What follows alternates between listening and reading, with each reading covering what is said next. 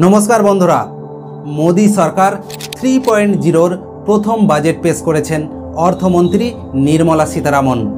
যদিও এটাকে मोदी सरकार ना बोले एनडीए सरकार বলাই ভালো, কারণ এই সরকার বিজেপির একার সরকার নয়। অন্ধ্রপ্রদেশের চন্দ্রবাবু নাইডু এবং বিহারের নীতিশ কুমারের সাপোর্টেড সরকার। তাই এই দুই শরিক দলের দাবি দাওয়া মেটানোর পর যেটুকু বেঁচেছিল সেটাই আমাদের মতো আম আদমির ভাগ্যে জুটেছে।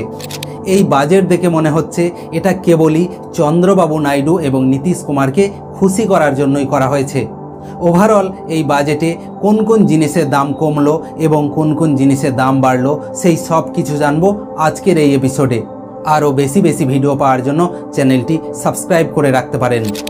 মোট 48,21,000 কোটি টাকা বাজেটের মধ্যে সবচেয়ে বেশি খরচ হচ্ছে প্রতিরক্ষা খাতে 8,54,773 কোটি টাকা, গ্রামান্বয়নের জন্য 2,65,808 কোটি টাকা, কৃষি ও কৃষিজাত কাজে ব্যবহার হবে 1,51,851 কোটি টাকা, স্বরাষ্ট্র সংক্রান্ত খাতে ব্যয় করা হবে 1,50,983 কোটি টাকা, শিক্ষায় ব্যয় করা হবে 1,25,638 কোটি টাকা, তথ্য প্রযুক্তি ও টেলিকম ডিপার্টমেন্টে খরচ করা হবে 1,16,342 কোটি টাকা, স্বাস্থ্য খাতে 89,277 কোটি টাকা, গ্রিন এনার্জিতে 68,769 কোটি টাকা, সমাজ কল্যাণে 56,501 কোটি টাকা, শিল্প এবং বাণিজ্য ক্ষেত্রে 47,559 কোটি টাকা।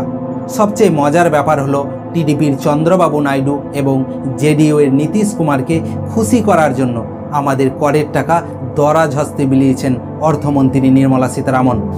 অন্ধ্রপ্রদেশের জন্য 15,000 কোটি টাকা বরাদ্দ করা হয়েছে তাদের নতুন রাজধানী অমরাবতী গঠনের জন্য। এছাড়াও বিহারের উন্নয়নের জন্য 58,900 কোটি টাকা দেওয়া হচ্ছে বিহারকে। ফলে আশা করাই যায় বিহার এবার উন্নতির শিখরে উঠবে।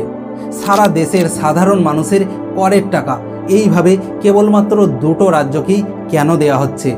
বাকি রাজ্যগুলো কি দোষ করেছে? আসলে এই দুটো রাজ্যের সাপোর্ট ছাড়া নরেন্দ্র মোদীর চেয়ারটাই যে উল্টে যাবে। তাই এই তোষামদের রাজনীতি।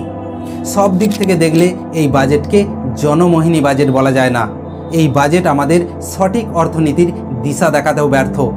এই বাজেটে মধ্যবিত্তকে কিছুটা খুশি করার চেষ্টা হয়েছে, বাট সেটা খুবই সামান্য। ইনকাম ট্যাক্স দেওয়া মধ্যবিত্তকে ইনকাম ট্যাক্সের স্ট্যান্ডার্ড ডিডাকশনে 50,000 টাকা ছিল, সেটা বাড়িয়ে 75,000 টাকা করা হয়েছে। এর ফলে ইনকাম ট্যাক্সের নিউ অপশনের মাধ্যমে অতিরিক্ত 17,500 টাকা পর্যন্ত ট্যাক্স ছাড় পাওয়া যাবে। উচ্চশিক্ষার জন্য পড়ুয়াদের 3% সুদের হারে 10 লক্ষ টাকা পর্যন্ত ঋণ দেওয়া হবে। এছাড়াও প্রতি বছর 1 কোটি পড়ুয়াকে নামজাদা সংস্থায় ইন্টার্নশিপের সুযোগ দেওয়া হবে। সোনার উপর আমদানি শুল্ক 15% থেকে কমিয়ে 6% করা হয়েছে। এর ফলে দাম কমছে সোনার উপর। এছাড়াও প্লাটিনাম, মোবাইলের চার্জার, মাছ ও চিংড়ির খাবার, লিথিয়াম, কোবাল্ট, ক্যান্সারের ঔষধ, চামড়ার পণ্য, এই সব জিনিসের দাম কমছে। শেয়ার বাজারে লগ্নিতে হ্রাস টানার জন্য মূলধনী লাভ করের হার বাড়ানো হলো। শেয়ার সহ নির্দিষ্ট কিছু আর্থিক সম্পদে স্বল্পমেয়াদী অর্থাৎ যেগুলো কেনার 1 বছরের মধ্যে বিক্রি করা হয় তার মূলধনী লাভ কর 15% থেকে বাড়িয়ে 20% করা হলো। দাম বাড়ছে প্লাস্টিকের জিনিসের, গবেষণাগারের কেমিক্যালের, অ্যামোনিয়াম নাইট্রেটের, টেলিকম যন্ত্রের, বাগানের বড় ছাতার। এই বাজেটে কর্মসংস্থানের সুনির্দিষ্ট কোনো পরিকল্পনা নেই। সোনার দাম কমা প্রসঙ্গে সাধারণ মানুষের প্রতিক্রিয়া, যেখানে নুন আনতে পান্তা ফোরায় সেখানে সোনা কিনবো কী করে?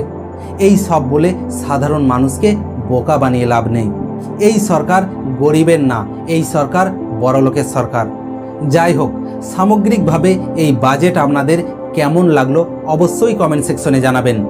এই রকমই ইনফরমেটিভ ভিডিওর জন্য please like, share and subscribe this channel. Thank you so much. Have a good day.